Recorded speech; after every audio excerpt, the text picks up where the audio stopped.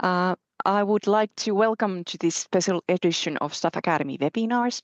I'm Tiina Parkkonen, Project Manager, and today I'm joined by my colleagues Kai Viiver, who will facilitate the session, and Inka Sipura, who will provide the technical support for us. As the holiday season approaches, we take this opportunity to explore and learn from the Education Lab joint projects, initiatives that drive innovation in teaching and learning across the INGENIUM European University. And I would like to say that education labs were created to inspire new ideas and practical approaches in higher education. And their purpose is kind of simple: to bring together educators, students, and partners from 10 universities to co-design methods, tools, and solutions for real challenges in teaching and learning. An education lab is not a single location. It's a decentralized network that draws on the expertise and facilities of our partner universities. And these virtual and physical spaces enable staff, students, and stakeholders to collaborate, share knowledge, and build connections. In 2024, INGENIUM funded 12 joint education lab projects to turn ideas into reality. And these projects focus on developing and spreading innovative teaching methods, pedagogies, and tools across Alliance. And important thing is that they are not expected to be perfect or complete. Experimentation is part of the process. And today we will hear 3 short presentations from these projects, what they set out to achieve, what they have learned, and the impact they are making. Each presentation will last about 20 minutes and followed by a 10-minute discussion. And you are free to share your questions and comments also during the presentations in chat. Now I'm pleased to give the floor to Kai Viiver, my colleague. Thanks, Tiina. So we have, as Tiina said, we have 3 really fascinating presentations today, and we're really looking forward to hearing the results of their projects. First up, from our own university in southeastern Finland, we have Tiina Luukkainen, who will be presenting on her project COIL course, Tackle Real Work Life Challenges. Tiina, the floor's over to you. You've got 20 minutes, and then we'll have some questions. Thank you very much, Kai. So good afternoon, everyone. Maybe good morning to somebody. So I'm Tiina Luukkainen from Xamk, Finland, and here today to introduce the COIL project, Tackle Real Work Life Challenges. And the presentation will be in 2 parts. Firstly, our French partner, Sarah Mokadem, will introduce the entire project in a recording, because unfortunately the other project group members were unable to attend live today.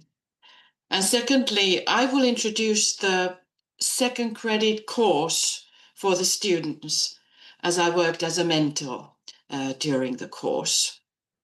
And I will now share Sarah's presentation first.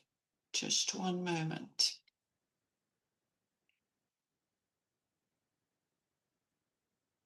Share with sound, and then if there's any problem with the sound or transitions, please let me know. Hello everyone, and thank you for joining us to the webinar dedicated to our COIL project. So today I am delighted to present the EduLab project we carried out with the INGENIUM European University, together with my colleague Emna Sharif and other colleagues from Ireland, Finland, Romania. We developed and piloted a COIL course which we called Tackle a Real Work-Life Challenge. Today, I will walk you through the project's relevance, our approach, our impact, our achievement, and importantly, some key insights from the colleagues who actively participated to this journey. Indeed, our project addresses a key challenge for INGENIUM, which is how to provide a home-based international learning experience across Europe that feels truly meaningful, accessible, collaborative, and grounded in real company needs. So within this project, we wanted to design a course that could connect students from different countries, help them collaborate in multilingual and multicultural teams, and also let them work on real problems provided by real companies. And we think that this is deeply aligned with what INGENIUM stands for. It connects inclusion, mobility, even when students are not able to travel. It also promotes innovation in pedagogy and develops stronger ties between universities and the socio-economic world.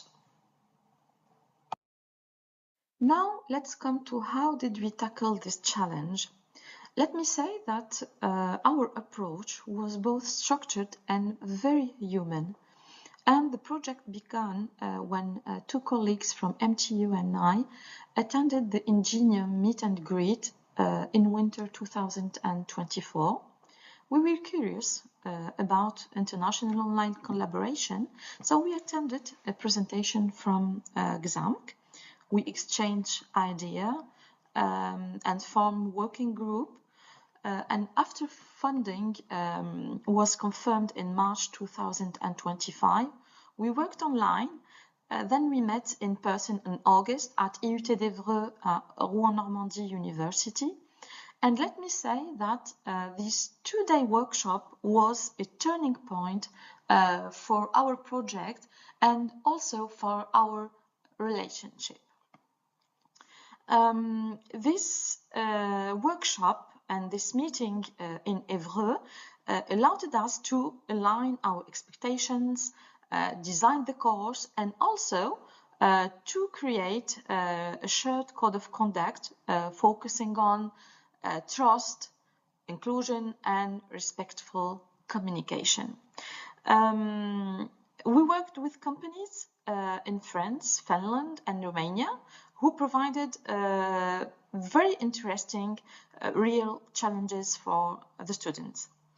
And within all this process, teachers acted as coaches and students collaborated in international team using different tools such as Zoom, Padlet, and so on.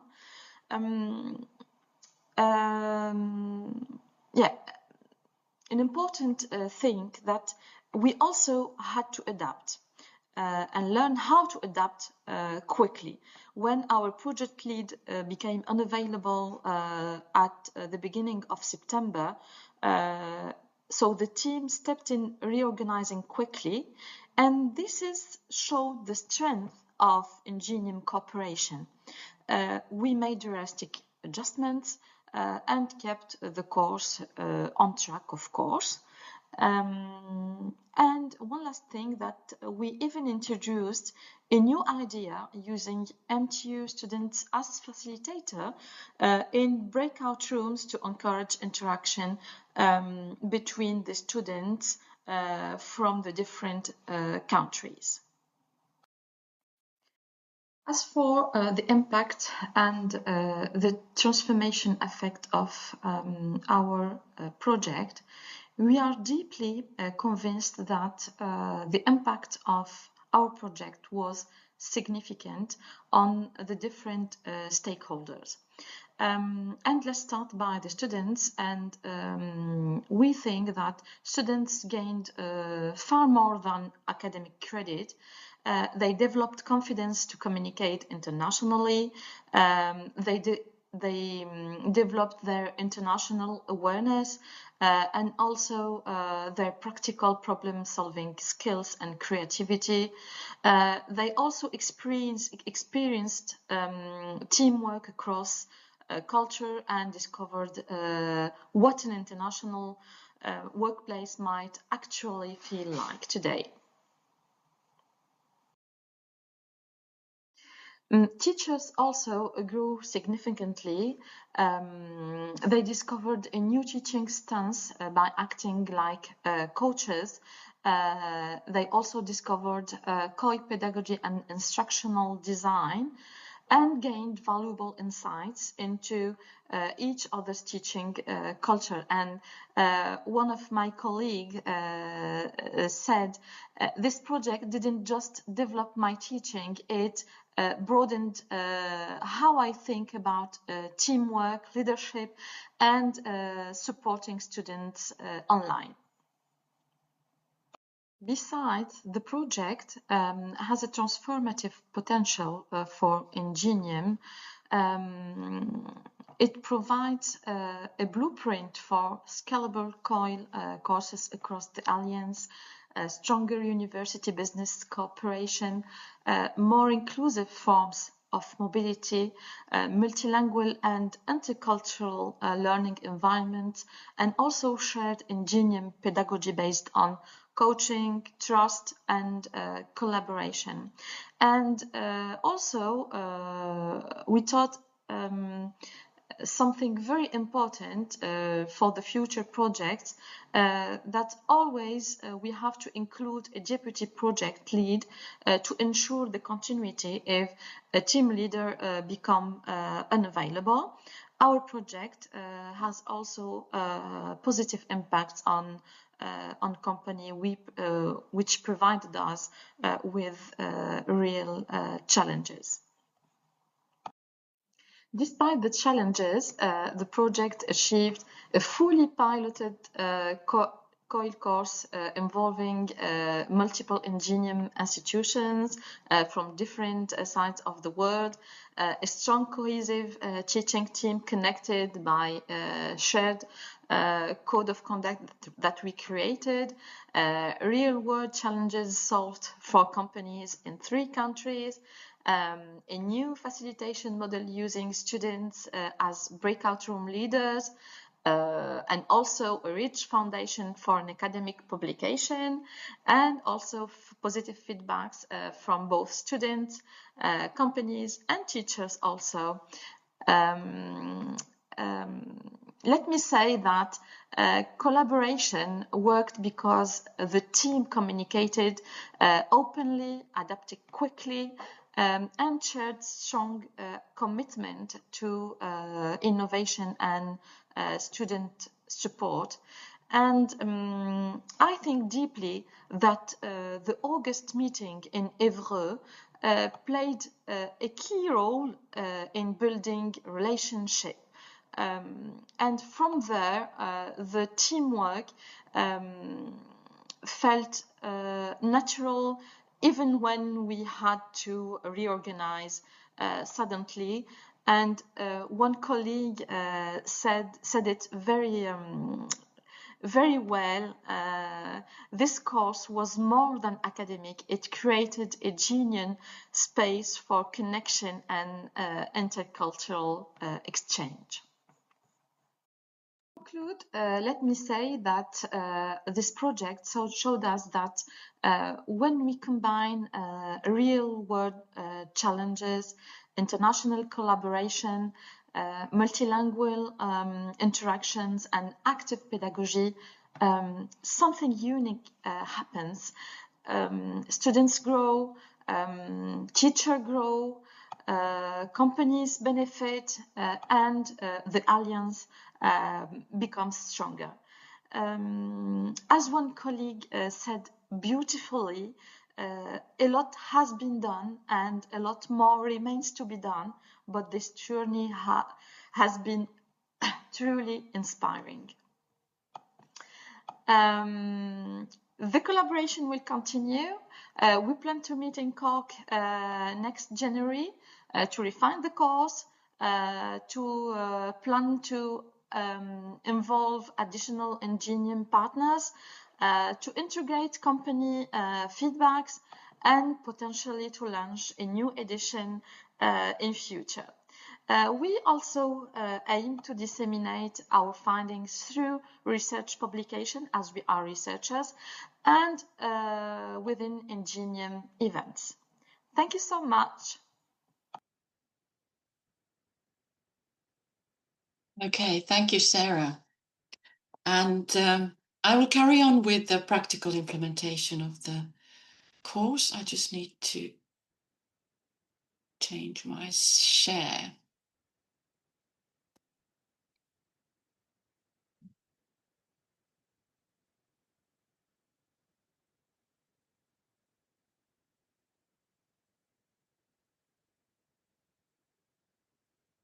All right. So what did we do with the students? The second 2-credit COIL course was implemented this autumn, and we finished just last week on Friday. And in the end, we had 56 students participating, and throughout the project, they worked in 12 mixed nationality groups of 5 or 4 students.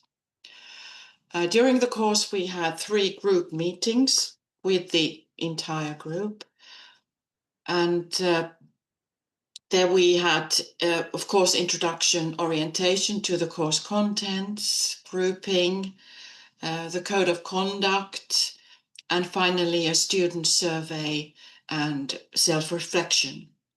And in addition, we offered pop-in mentoring clinics every week on Fridays. And at the same time, the students organized their small group work themselves independently. The assignment was very straightforward. So they had to solve a real business challenge from a company, a real company. And we had 2 companies from Finland, one from France and one from Romania. And they had 2 challenges for the students. And in the end, the students produced a poster and a video recording to present their solution to the challenge given. And here you have the different challenges. And as you can see, the topics focused on employer brands, international branding, international workforce integration, and also bridging the generation gap among employees in a company. As the learning environment, Padlet was chosen. I can show you what it looked like. So on the Padlet, we had the front page, which is actually quite a lot because we had 12 groups of students. So in the front page here, each student group had their column, and under the column, they had a sandbox environment. Here's one example. So they were free to build their sandbox as they wanted. This is just one example. So they could do their group work here also. They could share documents and they could share videos, for example. And most of the groups built their final presentation also in this sandbox environment. And of course, as this was a new technology for many people, it took some time in the beginning to understand the structure and learn to use it efficiently. Okay, there you go. And then we also have the company challenges here, general information, all the links to our meetings, and a notice.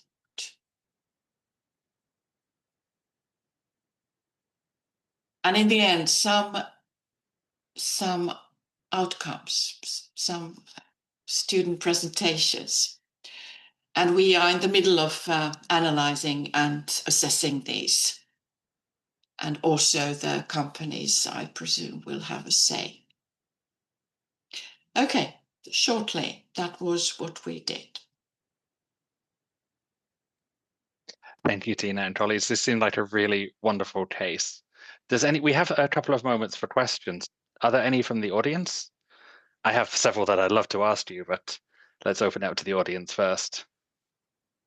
Just raise your hand or open your mic and start speaking if you have any questions, or you can even type them in chat and we can read them out. I raise my hand. Can I shortly say, just this is a comment. I think this is a great example that students and teachers feel that they learn during the process so much about the communication and the teamwork, and which are kind of crucial for the whole thing. I think this was really good example, and I would like to hear more about it. Thank you.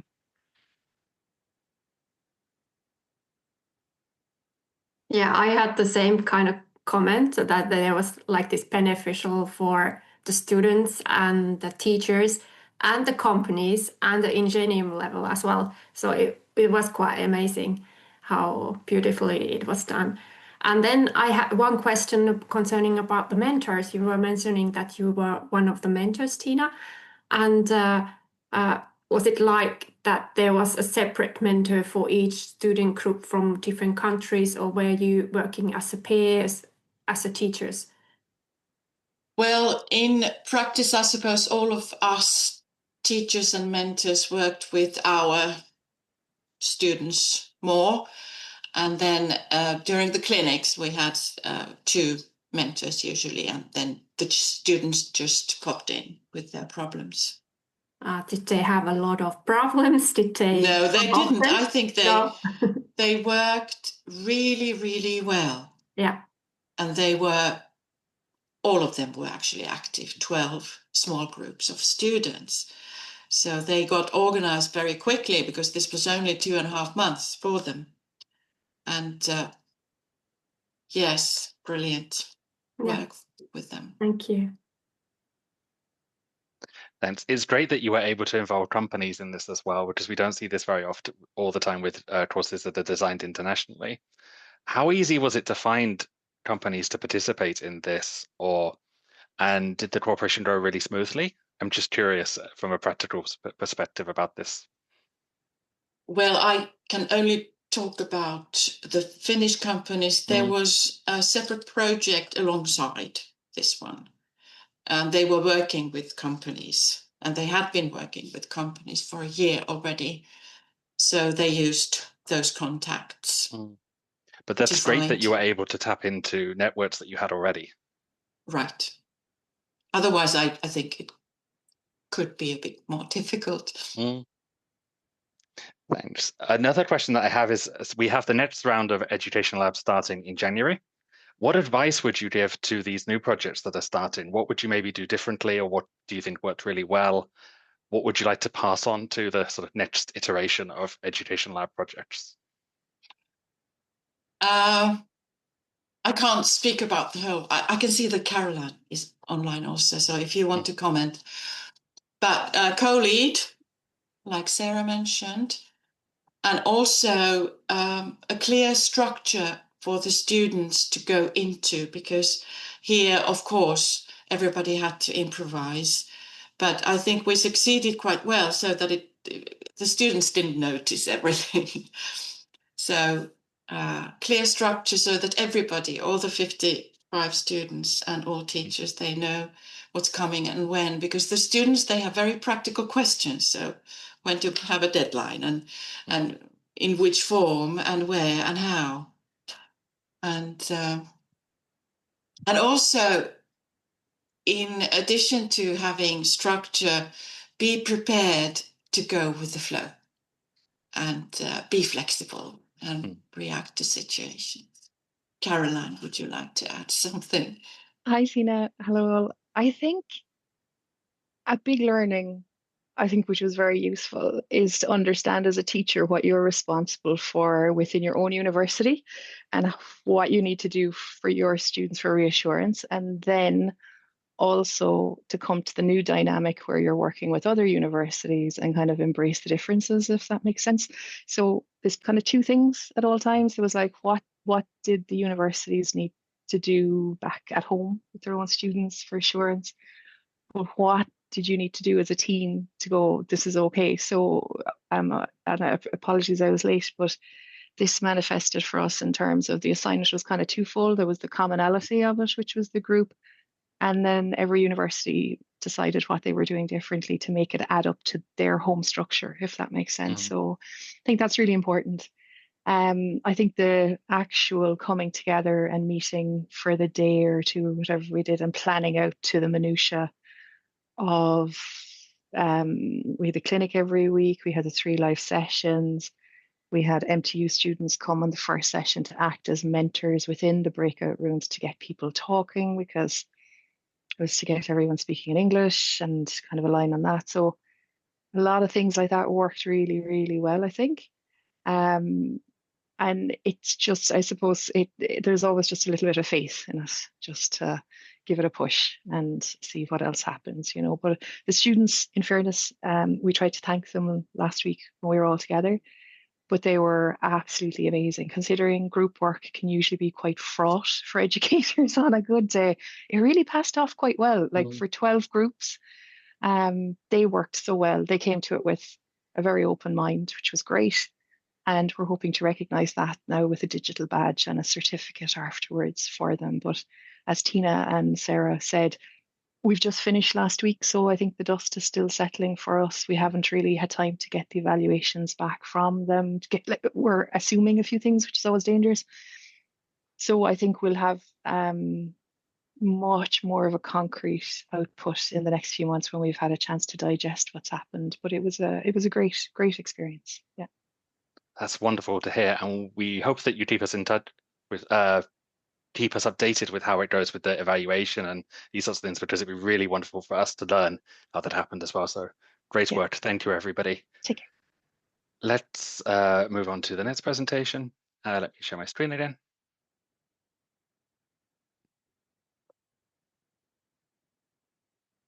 Brilliant. Do we have Maria Marcel here?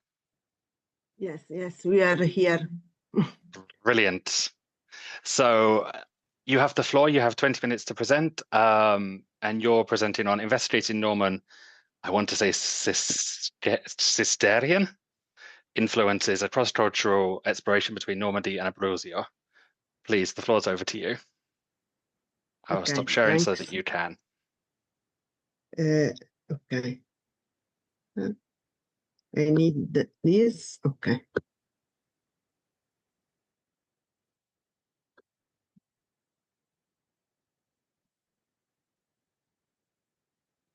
Okay, it works. You see? Okay, I am Maria Carrari from Chieti University, where I teach Roman philology. We are in humanistic campus.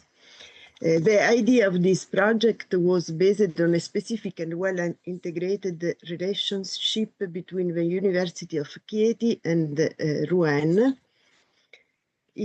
It was intended to bring together the particular expertise of a medieval historian from the University of Rouen on Norman Cistercian Abbey with the more philological and textual expertise of the proposer and her team on the texts handed down by manuscripts of the abbeys themselves.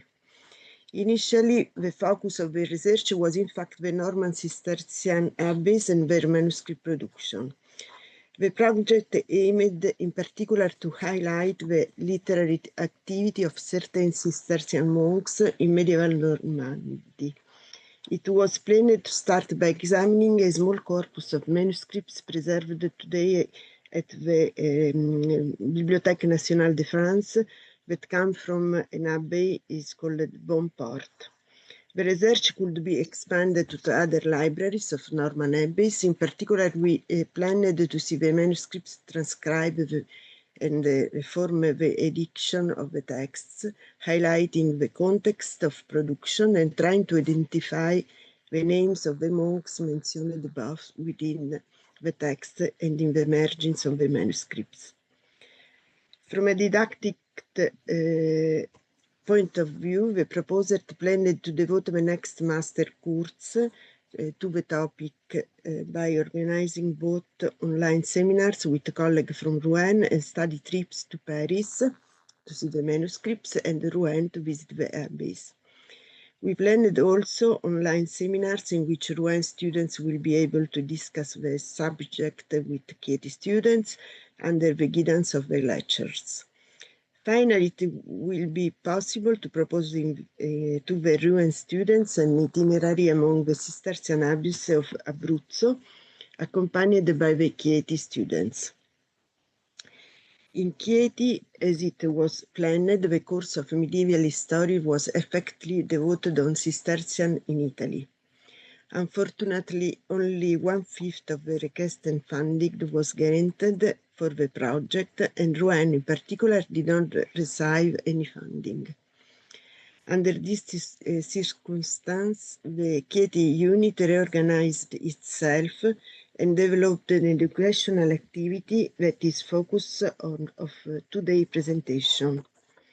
This report describes a 3-day study trip carried out with 24 graduate students in history and 4 faculty members, held from 26 to 28 November. Traveling by coach through the regions of Marche, Tuscany, Lazio and Abruzzo, the group visited several Cistercian abbeys in order to explore their architectural structure, surrounding landscapes, archival collection and museum holdings.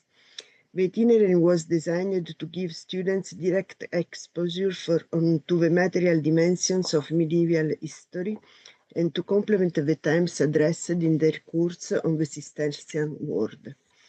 The main objective of the activity was to bring students into direct contact with the physical reality of the past, its building, environments, and written trace.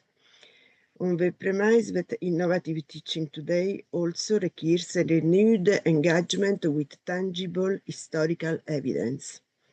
Seeing the abbeys in person allowed students to better understand the settlement patterns of Cistercian communities, the relationships with the Nefburg monasteries and their interaction with the surrounding territory, including waterways, mountains, and the village that developed around this religious center. Several teaching moments were integrated along the route. At the Abbey of San Salvatore on Monte Amiata, students attended an on-site lecture and visited both the museum and the crypt. A particularly significant stop was the State Archive of Siena, where students were able to examine and handle medieval parchments, observe the organization of a box file archival system, and appreciate the extensive work required to preserve historical documents. The visit also encouraged reflection on the dual value of digital technologies. Digitization facilitates access to sources while protecting the material integrity of the originals. At the same time, encountering the documents in their physical form highlighted the role of the professionals and infrastructure essential to their long-term conservation. Overall, the experience proved highly positive. By engaging directly with the original space, objects, and documents, students became more aware of the material foundation of historical inquiry and of the labor that underlies the preservation of cultural heritage. The trip also strengthened their appreciation for the commitment of the instructors who organized this innovative learning activity, reinforcing a sense of shared involvement in the study of medieval history. We have this video made by students during the trip, and yes.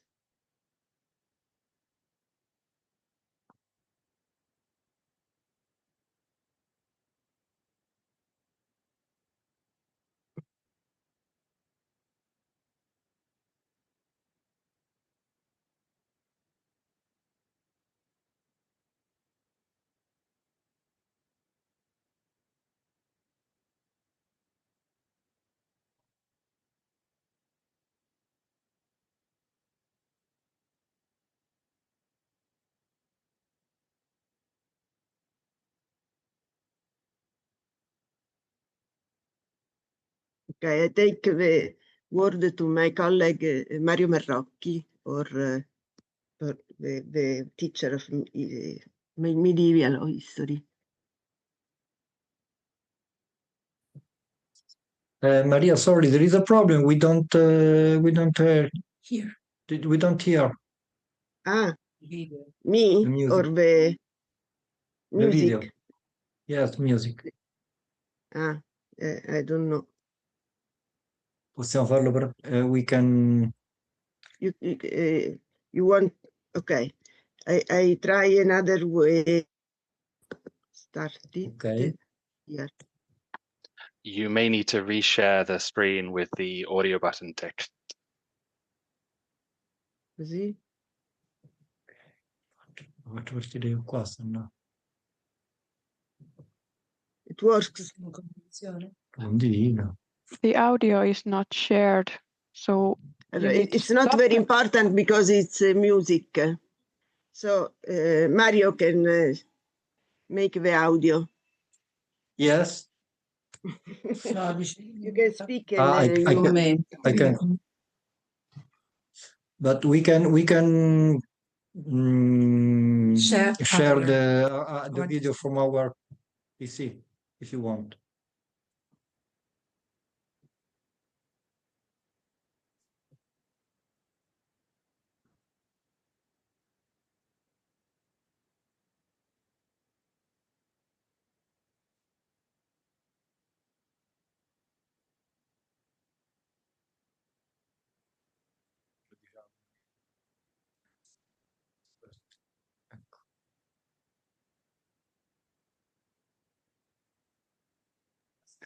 Unfortunately, there's still no audio.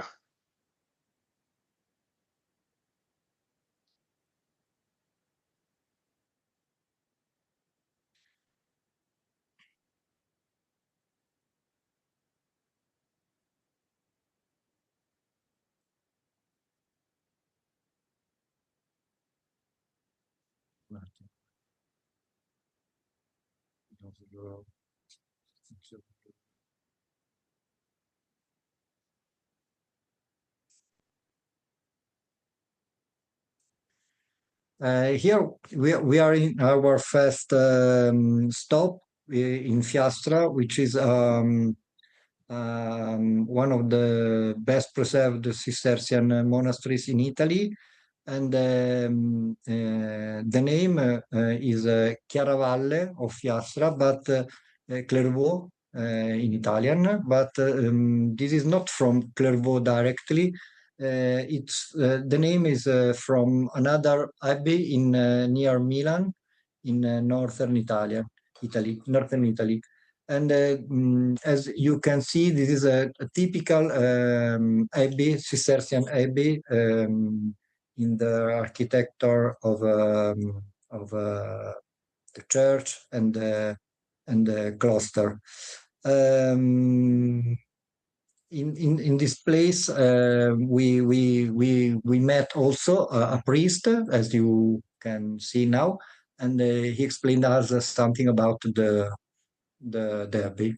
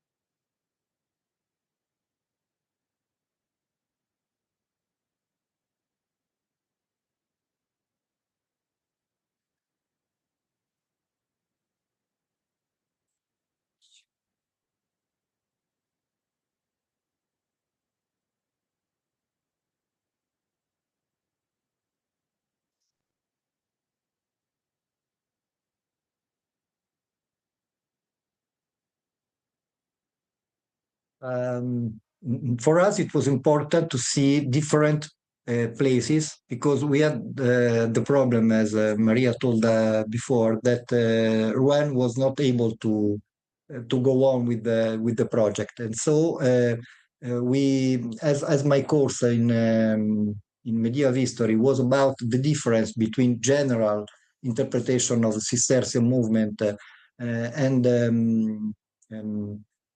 with the difference between different abbeys, we tried to go to different places to show to the students how different was every abbey. For example, now we will go to the second abbey, which is an old Benedictine abbey, and we will see a completely different architectural place.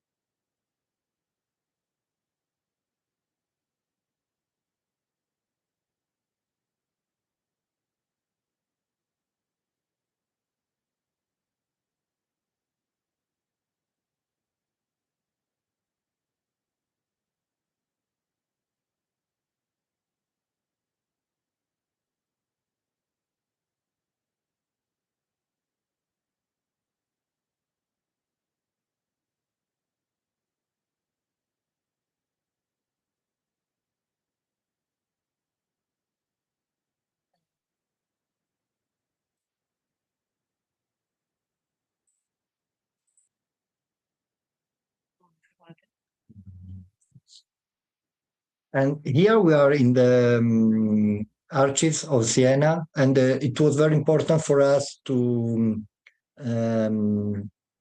stay there because this is the place where many documents from from Siena and the other towns and villages of the area. Between these, there is also San Salvatore al Monte Miata are preserved, and so we were able to link students with our documents. And this is very important for us that they were able to see and to stay in touch with these documents. So now we will see some moments of our visit there. There are all very important documents in Siena for the history of Italian language, and we will see. We saw also something about this.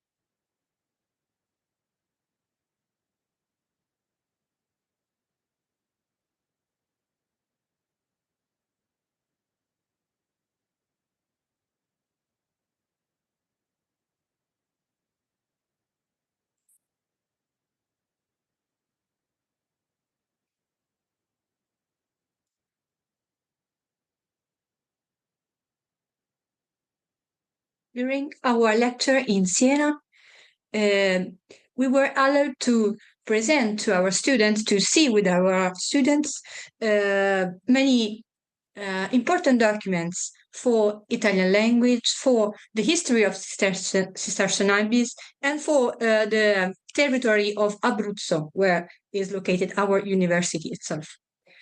We saw in the video the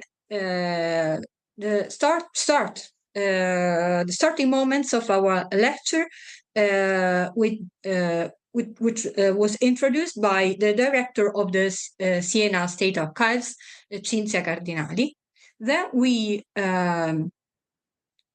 saw with our students a document that is fundamental, important for the history of Italian language, the Postilla Amiatina, one of the most ancient texts in Italian vernacular language, and the teachers in philology which were present to the trip helped us to understand the importance of this document for the history of language. And then we saw many documents from San Salvatore al Montamiata, which we have visited the preceding day, and many documents from a Cistercian abbey that it doesn't exist anymore.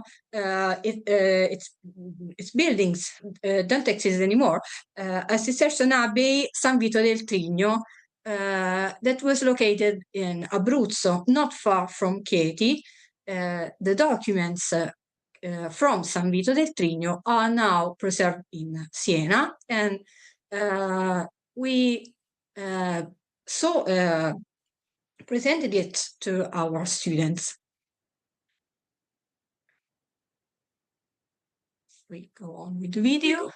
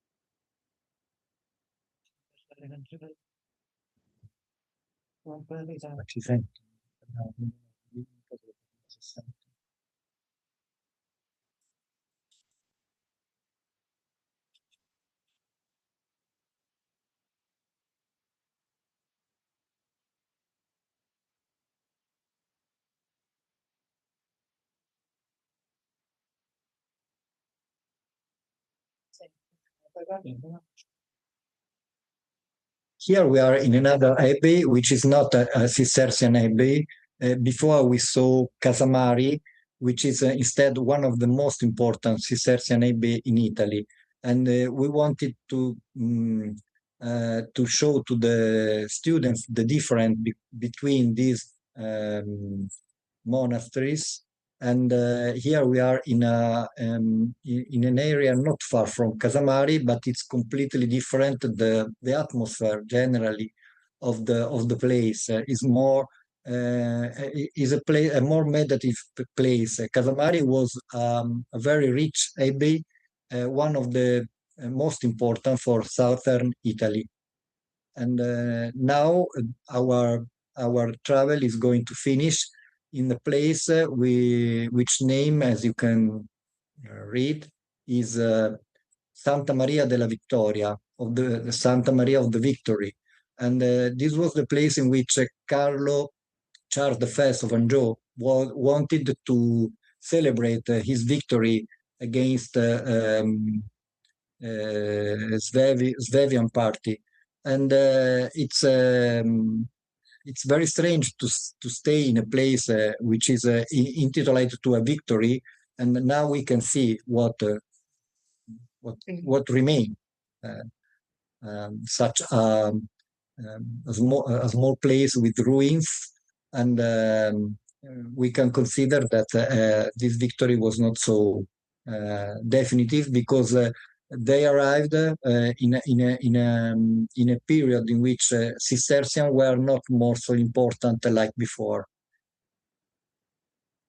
And so our experience finished, and also our video.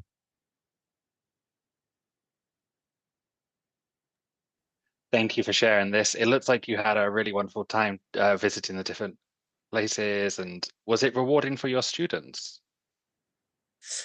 I think it was very, very nice for them, because it was possible for them to stay in a completely different situation from ordinary life, in the university, and it was possible to also to, for example, to ask for something with us, to us that is not possible generally in the I can say neurotic life of the university, but the regular life of the university. It was very, very, I think, important for us, because we tried to merge the new opportunity of digital technologies and so on with the good old life with a concrete experience. Yeah. I think we have time for just one question from the audience, if anybody has something to ask.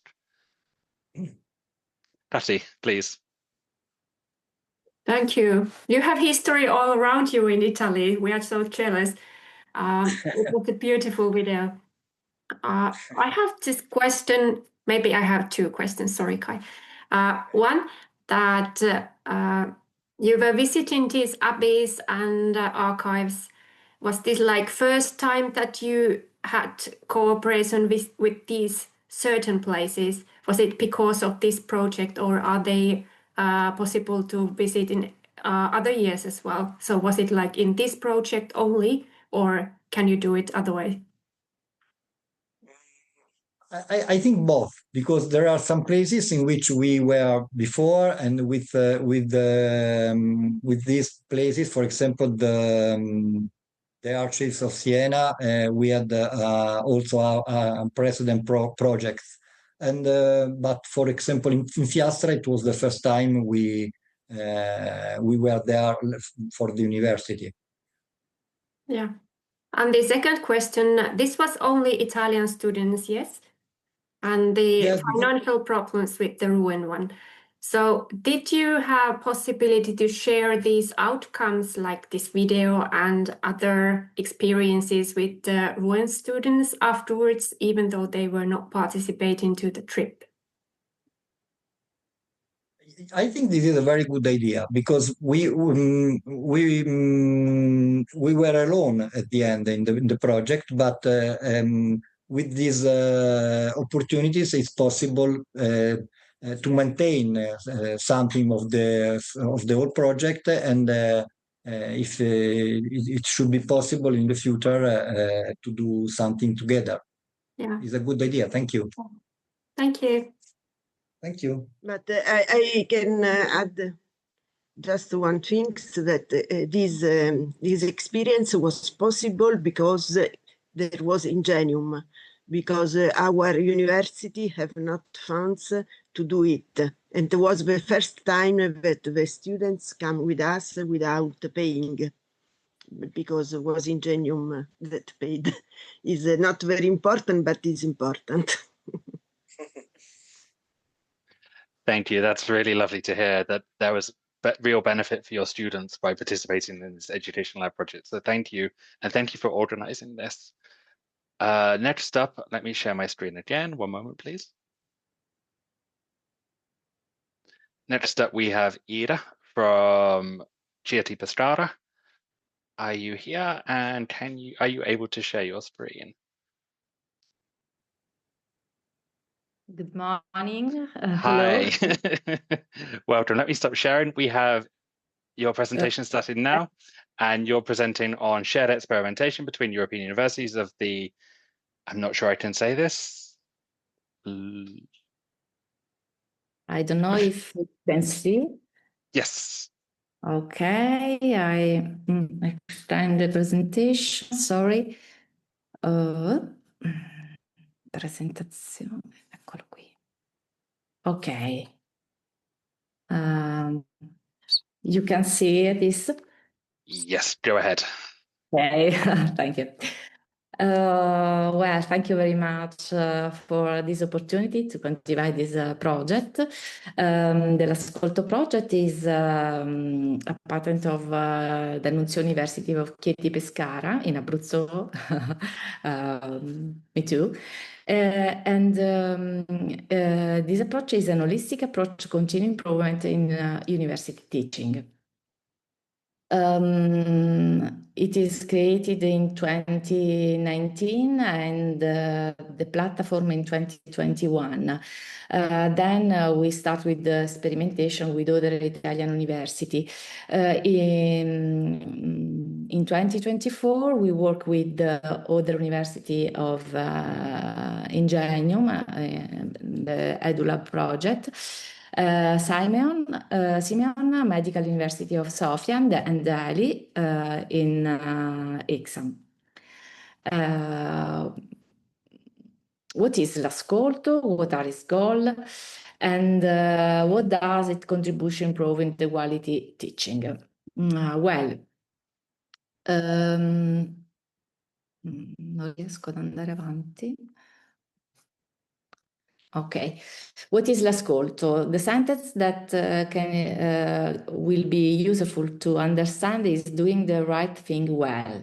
Doing the right thing and then doing the right thing well is important.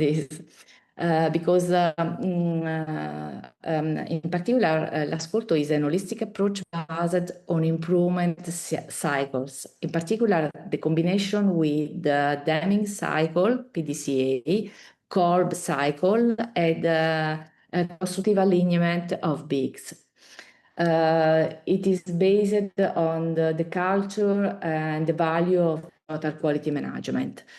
L'ascolto is an holistic approach, and this is the theoretical background on the basis of the l'ascolto approach. It is also a platform. In summary, l'ascolto is an holistic approach in a web platform, but it is also a quality assurance system for teaching process and knowledge sharing management system. L'ascolto is an open, contextual, dynamic, and systemic approach, which is contextually learning and changing itself because it is an experimental approach. Now there are some Italian universities that are experiment this approach, and it is a national experimentation in the conference, in the national conference of rector or Italian rector. The theoretical background is it is a visual representation of theoretical background, but the theoretical background is a combination of Deming cycle and the experiential learning cycle of Kolb, and with big constructive alignment and the culture and the value of total quality management. This framework is useful to the platform to guide all the actors to improve quality in their course. This is a presentation of the combination, the experiential learning cycle curve that is a pedagogical approach with the Deming cycle that is an approach to improve process, teaching process. So this combination is useful to the pedagogical approach and the quality and to improve quality in all teaching process. But what are the strategic goals? Self-training, gap reduction, and sharing. Self-training is important because the L'Ascolto approach helps teachers to develop their professionalism. How? With gap reduction and sharing, but is more simple to understand this aspect in the next slide. Educational gaps. The most important goal is to fill the educational gap of both the teacher and student, because no teacher can fill their student educational gap without having filled their own first. In particular, what are gap of the student, gap of the teacher? The gap of the students are the difference between learning needs and learning outcome. The need of the student at the beginning of the course, the need of the student when the course is in progress. The difference is the student educational gap. But what are the gap of the teachers?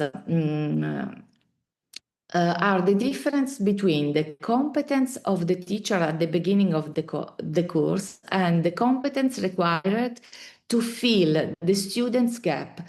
So the gap is put in relation. The teacher have to know the gap student and his gap to fill the gap of the student. But who use this platform? Students, teachers, coordinator of the degree course, and other stakeholders. They use this platform in different way and different time, but for the same object, to improve quality in all teaching process. This is the first page of the L'Ascolto platform. This is a platform that works with the goal in mind. In particular, this is the discipline that composed a curriculum, the first curriculum that experiment this approach. And this is the dynamic syllabus. In L'Ascolto approach, the syllabus is dynamic because it's put in relation with the tools. And the tools is formative assessment, self-evaluation questionnaire of teacher, student satisfaction questionnaire, quantitative and qualitative tools. that help a teacher to plan and evaluate his course. The do phase is the phase when the teacher apply what all things that his plan.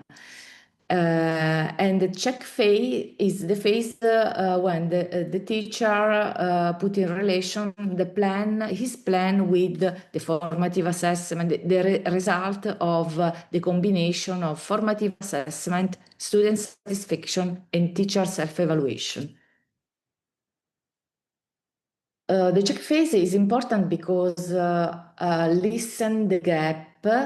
So the platform listen the relation between teacher and student, the relation between the coordinator of the course and teacher and student, the relation that link all the actor of the teaching actor, the actor in teaching process.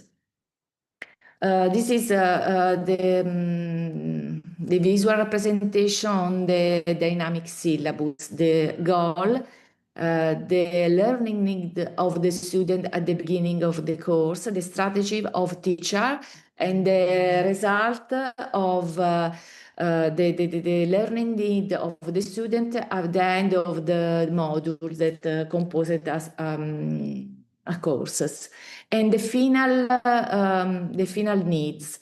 This need is translated in a scale of from 0 to 10. 10 is the maximum of needs of student, and 0 is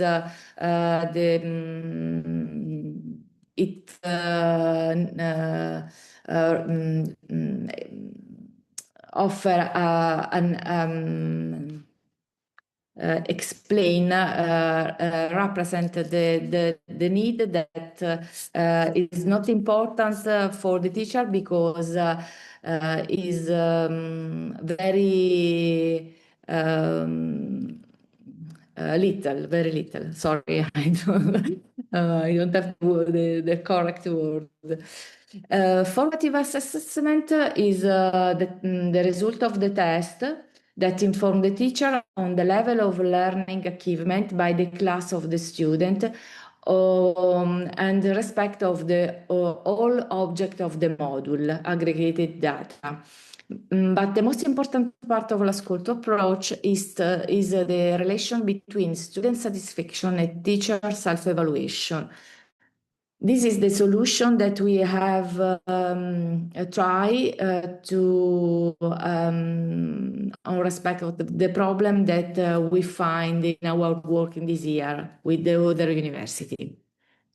In particular, the self-evaluation questionnaire allows the teacher to reflect on some critical area of the quality of teaching to respect of the international literature.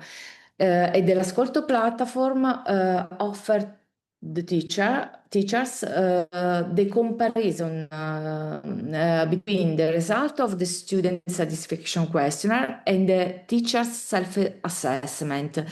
The red color that you can see now in the slide indicate difference between opinion, teachers and students. The green color indicated coincidence.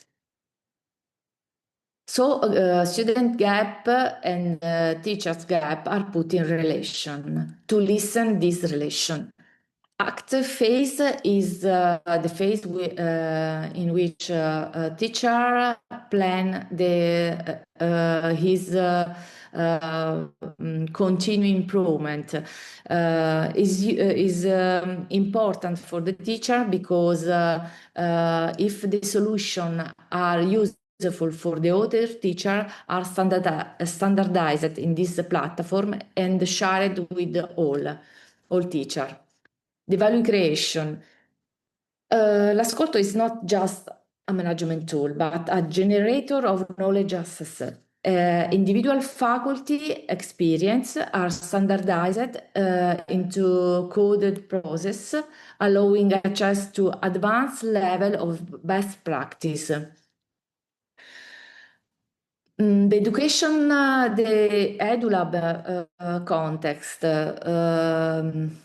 how many steps? The first step is meeting.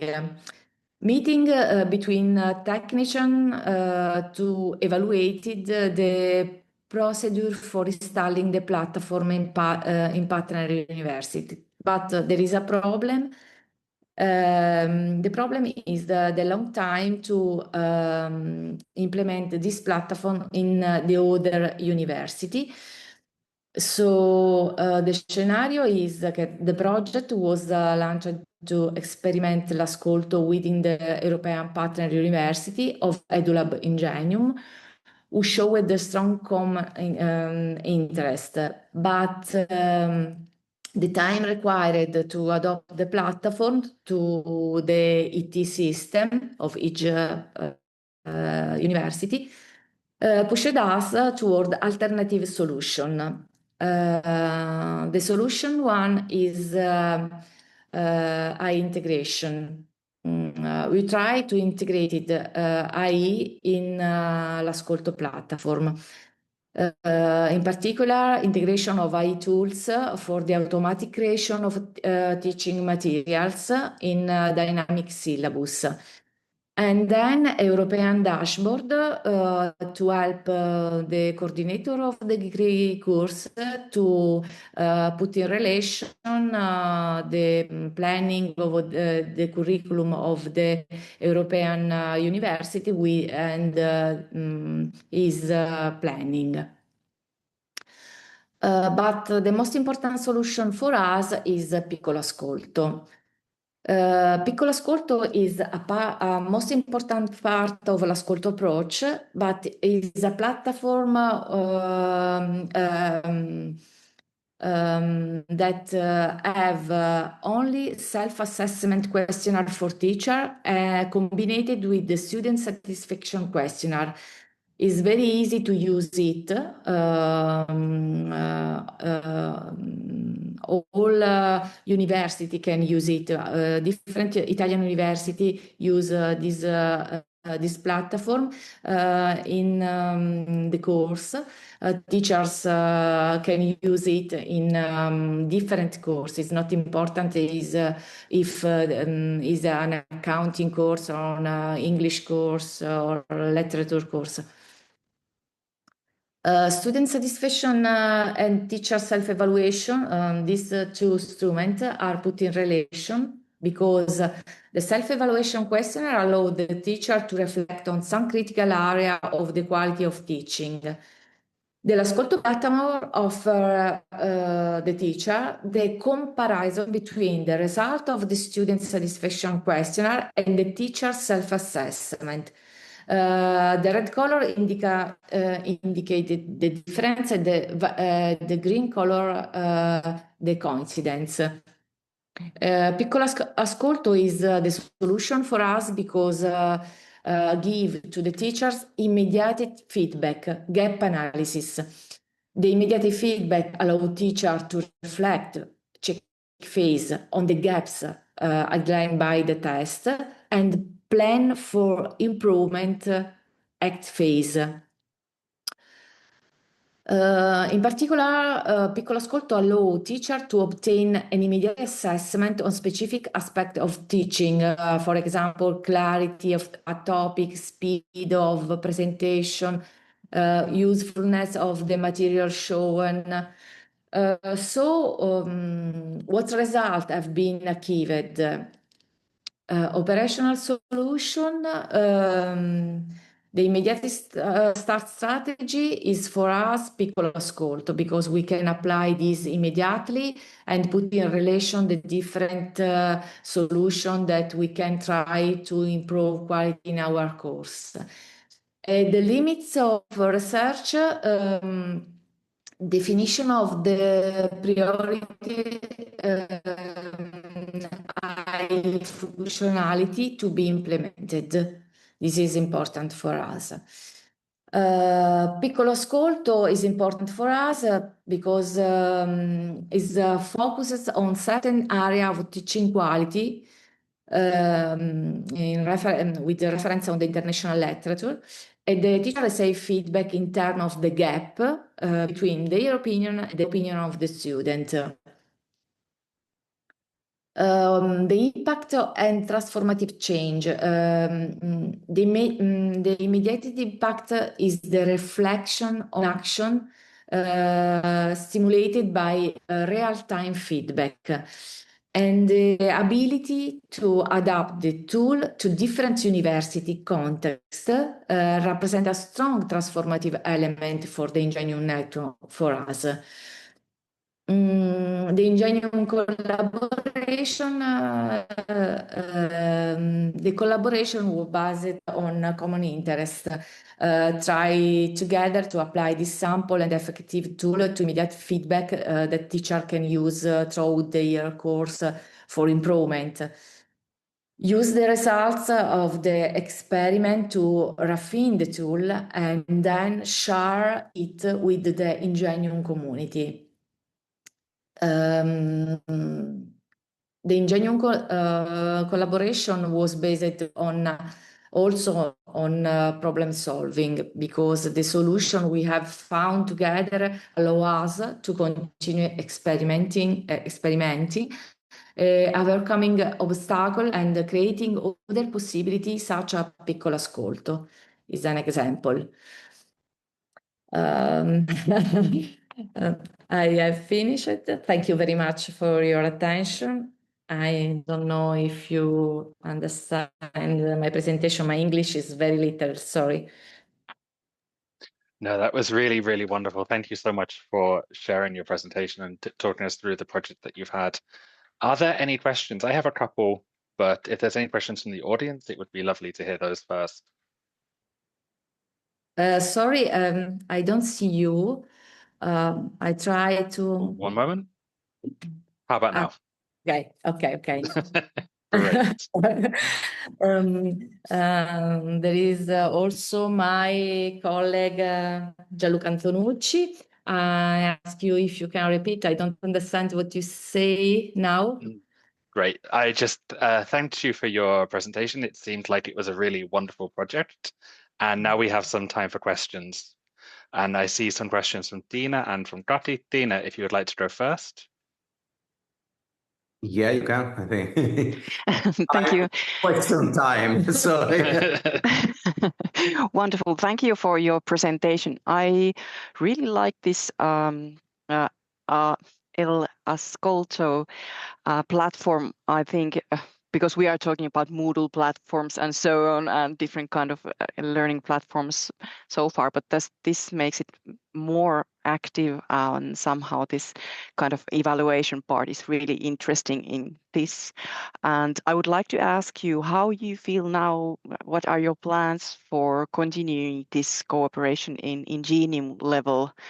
How to proceed and maybe spread the information about this platform? The solution is to apply piccolo ascolto. That is a part of l'ascolto approach. It is more simple to use because it's a platform that can use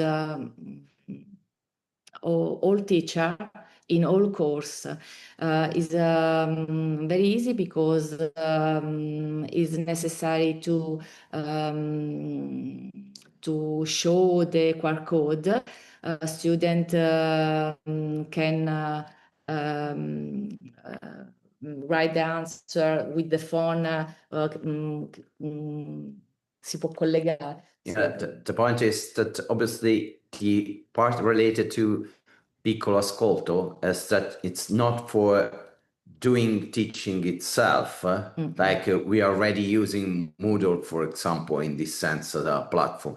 The point is for a self-evaluation, both by the side of the teacher and by the side of the student, in order to fill possible gaps in the perception. You, as a teacher, think that everything is going in one direction. On the contrary, the recipient feels a completely different way.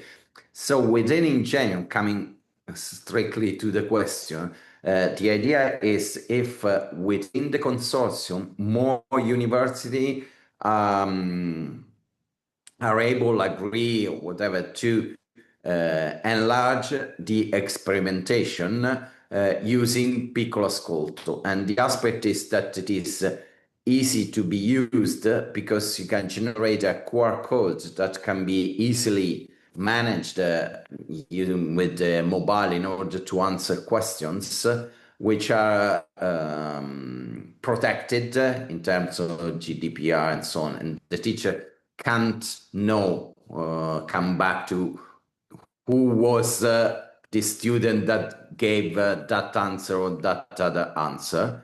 And so the point is, if you want to share, in some sense, being a kind of dissemination process within INGENIUM without, in some sense, giving you an obligation or whatever. It's in this phase a participation in an experimentation in order to enlarge specifically evaluating its ability, its capacity to we achieve the aim for which it was planned, having an experimentation also in other countries within EU, so with different cultures, with different models, and so on.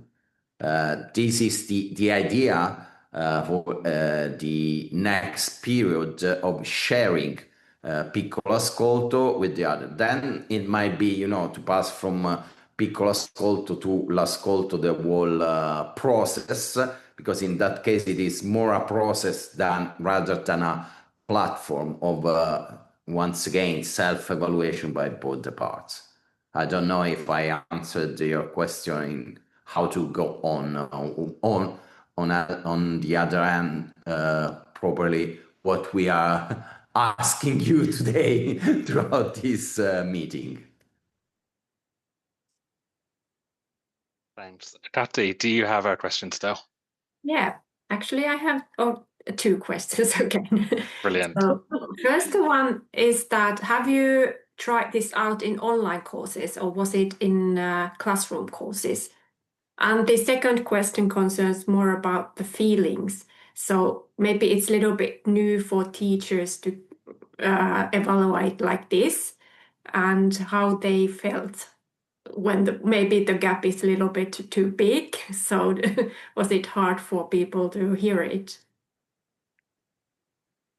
Ok, non so se ho capito bene. Praticamente il discorso è Sorry, only one moment. è stato testato anche su corsi online, e poi quali sono stati invece i sentimenti, perché spesso i docenti non sono abituati ad valutarsi, e quindi dice, fino ad ora che cosa è successo? Allora, Quelli che online c'erano no. dei gap notevoli, che cosa hanno fatto? No, online no. Online non, we haven't,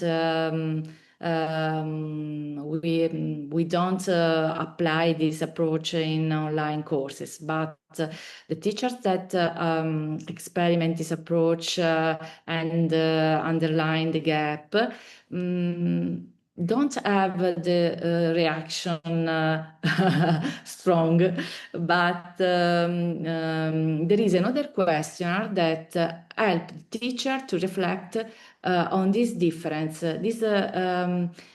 difference between the opinion of the student and his opinion, and develop the teacher professionalism.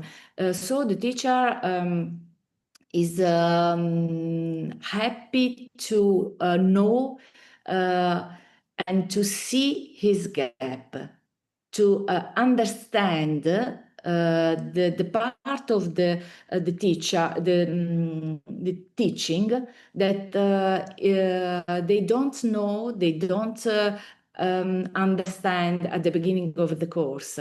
Because it's important to know pedagogical approach, but the context influence the relation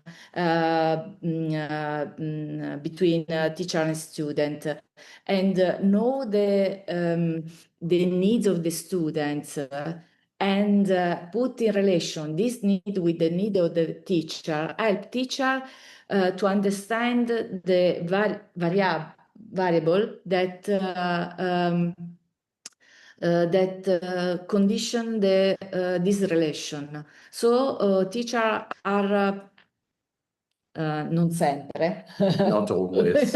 not always happy to know the other part of teaching, the other part of the pedagogical approach to improve quality. All part of Piccolo Ascolto is anonymous for teacher and for students. So this aspect is important for teacher. If I can just add, we never use it in online courses, but this doesn't mean that it can't be used for online courses.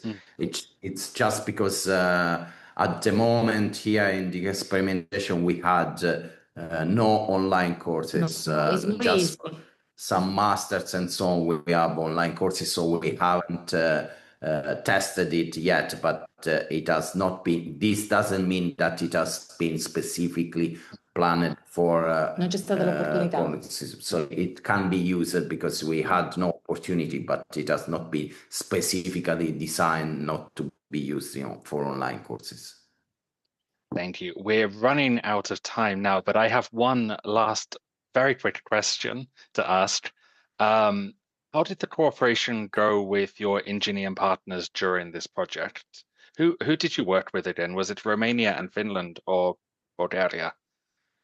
Finland and Sofia, two universities that experimented this approach with us. And in Italy, it's a national project, Ascolto. Piccolo Ascolto is start now, this year. Did the cooperation work well with your partners, or?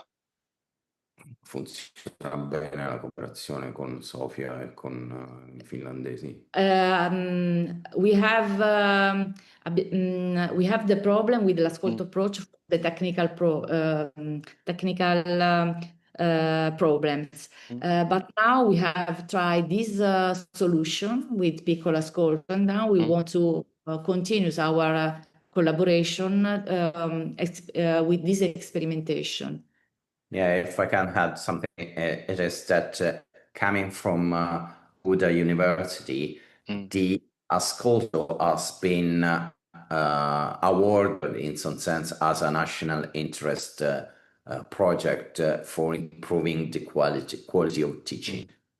Then within INGENIUM, with the Romanian and Finnish partners, the point at the beginning was that you need to better tailor some questions and so on according to the differences. That is why it has been developed Piccolo Ascolto, which has been taught and thus planned to be easily accessible and being a kind of a step-by-step approach to arrive to the implementation of l'ascolto, giving the possibility to better tailor after the test within Piccolo Ascolto, l'ascolto in what are the specificities of the countries, universities, and so on.